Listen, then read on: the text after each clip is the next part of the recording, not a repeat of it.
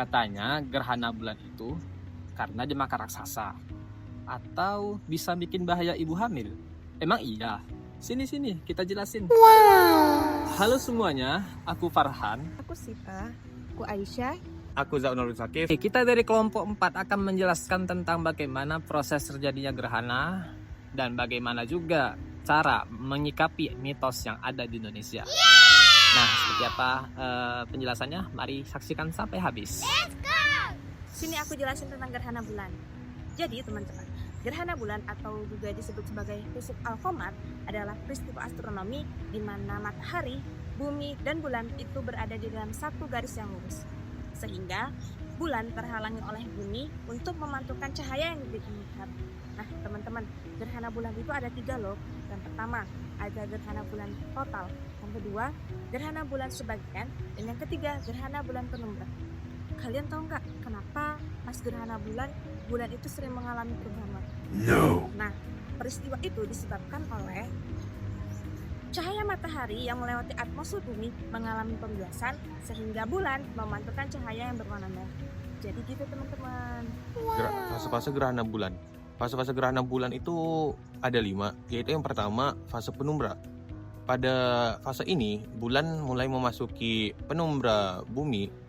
Cahaya matahari ke bulan itu mulai berkurang. Nah, tetapi perubahan pada bulan tersebut itu sulit untuk dilihat. Yang kedua itu fase gerhana sebagian. Pada fase ini, bulan mulai memasuki umbra bumi.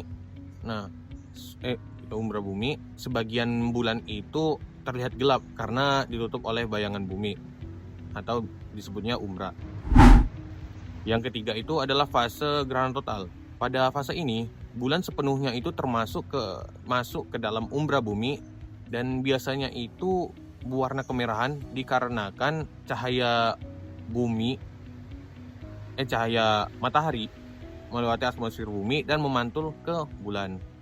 Yang keempat itu fase gerhana sebagian akhir.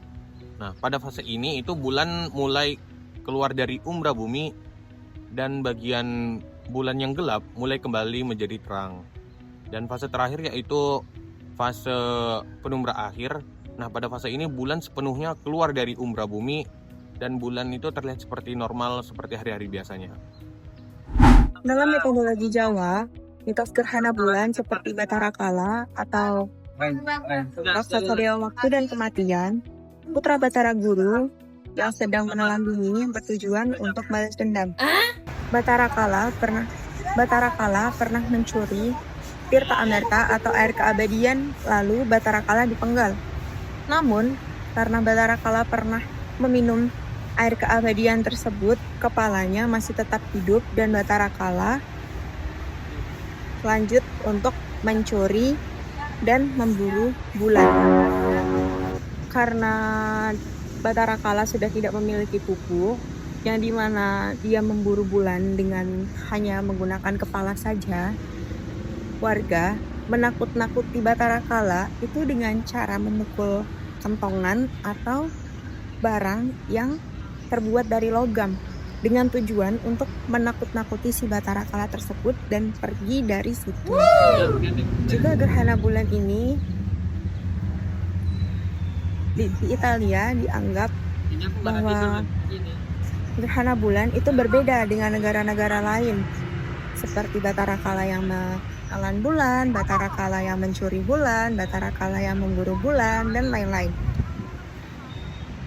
Di negara Italia ini dianggap sebagai hal positif yang dimana cocok untuk masyarakat bercocok tanam, dan dianggap juga jika bercocok tanam pada gerhana bulan itu tanaman menjadi subur dan sehat. Berbeda di negara Mesopotamia yang dianggap bahwa gerhana bulan ini tuh bukanlah pertanda bulan itu akan dimakan oleh Batara Kala, melainkan ini sebagai pertanda bahwa raja di negara Mesopotamia itu akan diserang. Nah, dengan pantangan tersebut, ibu hamil diwajibkan untuk mengoles abu pawon atau abu tunggu dapur dan bersembunyi di kolong kasur sampai gerhana bulan tersebut selesai. Bahayanya itu seperti bayi tersebut bisa terlahir cacat, atau mungkin wajahnya tidak terlahir sempurna, seperti antara wajah dan kiri dan kanan itu berbeda warnanya, dan lain-lain. Lalu ada juga pantangan untuk ibu hamil jika terjadi gerhana bulan, yang dipercaya bisa berakibat fatal atau bahaya bagi janin yang ada di kandungannya. Oke, jadi itulah tadi penjelasannya terkait tentang seputar gerhana bulan.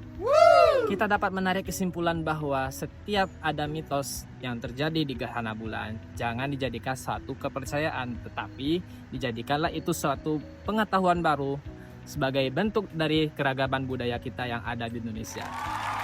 Begitulah, sekian dari kelompok kami. Jika apabila dalam penjelasan kami keliru, bisa ditulis di kolom komentar ya. Oke. Terima kasih. Dadah.